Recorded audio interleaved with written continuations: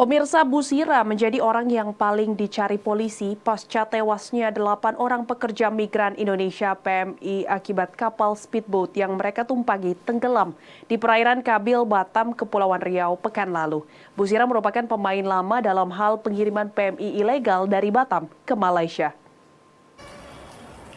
Usai sudah pelarian Busira, pemilik kapal speedboat yang mengangkut 8 PMI ilegal dari Tanjung Bemban, Kecamatan Nongsa, Batam ke Malaysia. Busira ditangkap di tempat persembunyiannya di rumah istri keduanya di Serang, Banten, Minggu sore. Tuduhan yang disematkan pada Busira terlibat jaringan perdagangan manusia. Menurut Wadir Polair Polda Kepri, AKBP Cahyo, peran Busira dalam tenggelamnya kapal speedboat yang menewaskan 8 orang PMI ilegal adalah sebagai penyedia transportasi, sekaligus sebagai pihak yang menyediakan penampungan sementara pada calon PMI ilegal. Kepada polisi, Busira mengaku bekerja sama dengan Tengku Jafar, warga Indonesia yang tinggal di Malaysia. Busira menerima orderan pengiriman PMI ilegal dari Batam ke Johor, Malaysia, dengan menggunakan kapal speedboat miliknya.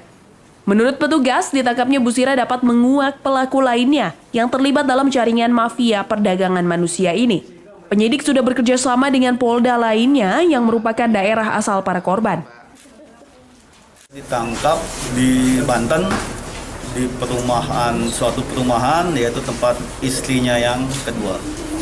Jadi modus operandinya dia bekerja sama dengan saudara kita juga yang berada di Malaysia, yaitu saudara TJ, yang sekarang masih kita identifikasi identitasnya berupa menerima pesan ataupun informasi untuk melakukan penjemputan terhadap calon tenaga kerja yang berada di Batam. Jadi mereka berangkat dari Aceh menuju ke Batam dan dijemput oleh saudara tersangka ini, difasilitasi sampai dengan berangkat ke Malaysia. Seperti diberitakan sebelumnya, seorang wanita bernama Zuraida binti Ismail asal Aceh ditemukan nelayan terapung di perairan Kabil pada Selasa pagi pekan lalu. Dari keterangan Zuraida, diketahui bahwasannya ia bersama 8 penumpang kapal speedboat yang hendak ke Malaysia mengalami musibah. Kapal terbalik karena dihantam ombak. Dari 8 korban, 1 diantaranya merupakan balita. Dari Batam, Kepulauan Riau, kontributor Nusantara TV, Febri Andrean Amoga melaporkan.